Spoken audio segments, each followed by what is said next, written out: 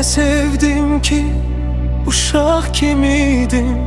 Gözlerimde temiz, saf bir sevgi yanırdı. Sen bunu görürdün her sözümde, her bakışta. Yalan yok idi, yalnız yürekten gelen hakikat. Sənə baxanda gözlerim parıldayırdı. Səni öz yarımım kimi görürdüm. Hiçbir ehtiras, hiçbir istək yox idi içimdə. Sadəcə dərin, saf bir məhəbbət. Sen benim için dünyanın en değerli insanı oldun. Bütün varlığımı sana bağladım. Sensiz hiç neyin mənası yok idi.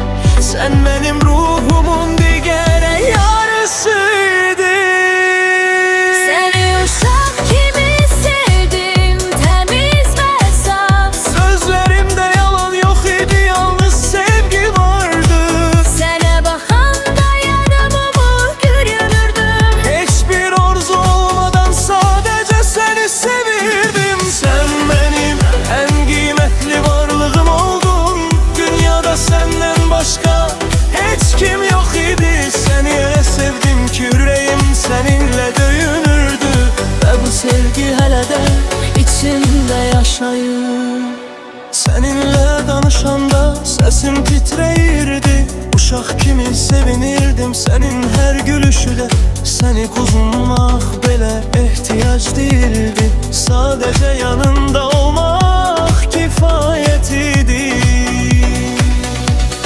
Səni qorumaq, səni xoşbəxt etmək istəyirdim.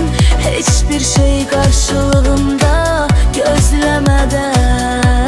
Sen benim için her şeyden üstün idin. Sana bakanda yüreğim sakitleşirdi. Sən bunu bilirdin, görürdün gözlərimdə. Mənim sevgim heç vaxt saxta